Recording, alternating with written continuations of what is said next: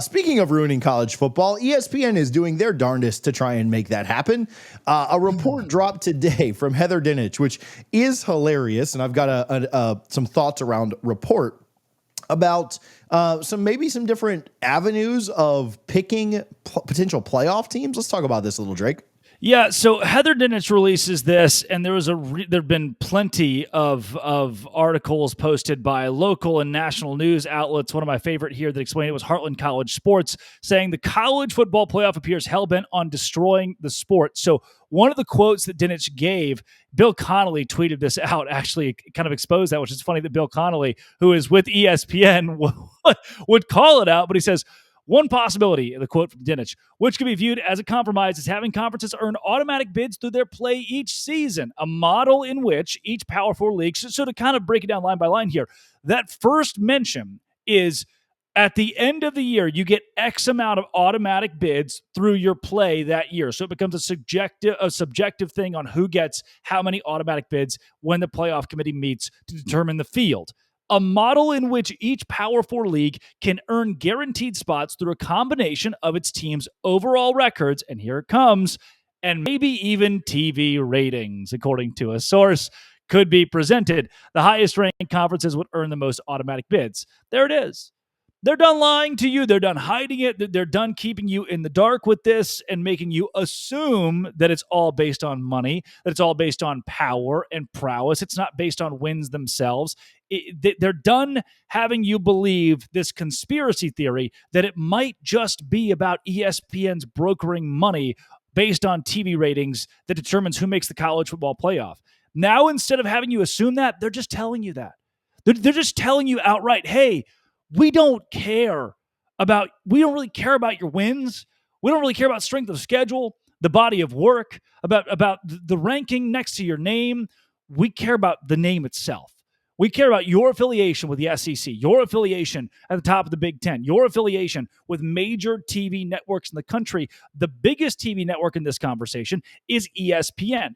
They are the ones paying for the college football playoff rights. They are the ones paying big money to keep the SEC alive and well and keep the SEC thriving. And now they're telling you the best way they can rig this is to just have TV ratings, their own ratings, where they pump up SEC teams, determine who goes to the college football playoff. So now the SEC has 5 auto bids. The Big 12 has 1. So that 11 or 12 win Big 12 team gets left out because the 5th best team in the SEC, who went 9-3, gets an automatic bid. Not because they won a lot of games, not because they looked good doing it. They still lost to 6-6 Vanderbilt and 5-7 Oklahoma or whoever. That team gets in because their TV ratings were good, because they played on College Game Day 3 times during the afternoon, TJ. That's what ESPN's telling us right now. You want to know who had better TV ratings than both of the teams in the Big 12 championship this year? Do you just want me to let you know? Is it like the Arkansas Razorbacks? 2-10 Florida State. 2-10 Florida had better ratings. And that's not I love Dilly. I'm so glad. I'm thrilled they won. I actually like Matt Campbell a lot. Rocco Becht is a ton of fun. I was super thrilled when they won the Pop-Tart Bowl against our big rivals. That's not a dig at either one of those teams. But Florida State went 2-10 and now I'm not suggesting at all that they would put a 2-10 Florida State in because of their TV ratings. You want to know who had the best? Well, TJ, they wouldn't not put 2-10 Florida State in. Just don't say that yet.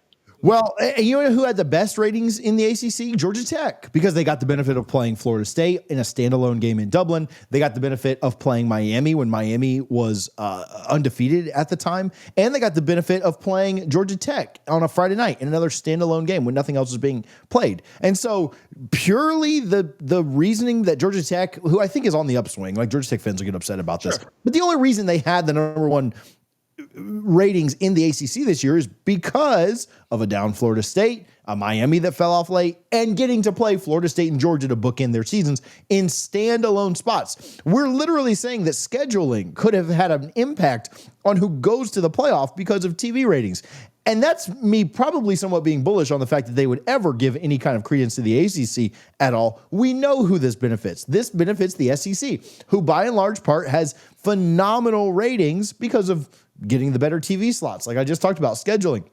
The Big Ten with Big Noon. There has not been a Big Noon game that didn't carry the 12 p.m. window of college football on Saturdays. And so this is just more and more to benefit the top two. Now, I do have a couple of thoughts on this and want to get your take. I don't think that this is legitimate. I think this is one of those things that they put into coordinated reports. I saw a tweet from Genetics56 on Twitter that said the athletic report and the ESPN report are almost identical. So you can always tell when two reports come out from competing sites that are nearly identical. It is literally just propaganda being fed out to the masses. My take on this, and I hope that I'm right, is that this is like those rule changes that are proposed every year, that you always throw in one rule change that's absolutely preposterous to make everybody freak out and say like, no, this can never happen. And they know they're not going to get away with it. They know they're just going to toss that one out, but they get everything else they wanted, right? Everybody's so focused on this TV situation, these ratings, they know that people are not going to go for this, right? They know that that's not what's going to end up happening. But if they throw it in right now, they'll get idiots like me and you to talk about it for 30 minutes on a Monday afternoon, and they'll slide in everything else they want on the back end. And people say, well, see, we saved the sanctity of college football. We saved college football because we got them to take that TV ratings line out. Guess what, bro? The College Football Playoff Committee has no guidelines. They can use TV ratings all they want. They just don't have to tell us. And they often do. What did they do 2 years ago when Florida State was it? Well, that ain't going to be a good game because their quarterback's out. Let's put Bama in. Let's put the team that will give us really good ratings in the Rose Bowl against Michigan. Why would we put in a team with a hobbled quarterback? Yeah, let's roll with this. So I think they'll eventually take this out. But are they still doing it on the back end? Probably. Yeah, that's a great point that you make, TJ, on the fact that the brand has always been considered. The brand is always in college basketball and college football, both at the forefront because brand equals money, and having a bigger brand in the playoff brings you more money. It's no surprise that when Cincinnati is in a playoff game, it's not going to give you near as much juice as Alabama, Ohio State. That's not exactly a matchup that Cincinnati, Alabama, or Cincinnati and Michigan, not a matchup that's going to bring near as many eyeballs. And this is an entire conversation about eyeballs and who can get in to give you the best chance to make money. And with that being at the forefront of this, TV ratings are already a factor. Brand rating is already a factor. It's just the fact that they said it explicitly. Again, they're trying to tell you what they're doing. They are going to include it no matter what, even if it's not in the actual bylaws of how playoff teams are decided. But that's you hit the nail on the head here. This is some sort of ruse, some sort of, so there's smoke and mirrors around this so that you ignore the fact they're actually going to do 4 automatic bids for the SEC, 4 for the Big Ten, and 1 for the Big 12, or 1 for the ACC. That's the root of this. They're going to get what they want from that standpoint, while we all talk about the idea that TV ratings are being factored into this. Yeah, it totally feels like just an absurdity to throw in. I always find it funny when Heather Dinich reports on, sources are telling me when ESPN, who controls the playoff committee, and she is a reporter for, like, she literally used to work for the ACC. Now, because that's a dying conference, works directly reporting on what the College Football Playoff Committee is thinking. It's always funny to me when she says, like, I'm hearing this, or sources are telling me this, like she's not just a paid mouthpiece for them. And then for the Athletics to come out with their article basically confirming everything that she said was pretty interesting. But yeah, I don't think they'll use TV ratings like we're saying, but they will, right? Yeah. They absolutely think of it. They absolutely consider it. It's absolutely part of what they do.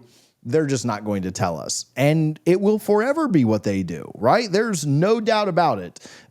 It shocks me that SMU got in last year over Bama. I still continue to be stunned by that. Yeah. But maybe they do get one thing right every once in a while. So I don't know. Any closing thoughts? We're going to have the same conversation in 6 months, and it's not going to be any better. I can't wait for that conversation, TJ. The I told you so, we were right, presented by Drake and TJ. So, Drake, where can people follow you? Where can they find your work? Yeah, at LO Big 12, or wherever you find your podcasts with Locked On Big 12, at LO Big 12 on Twitter. Thanks, man. Appreciate you hanging out. Always, TJ.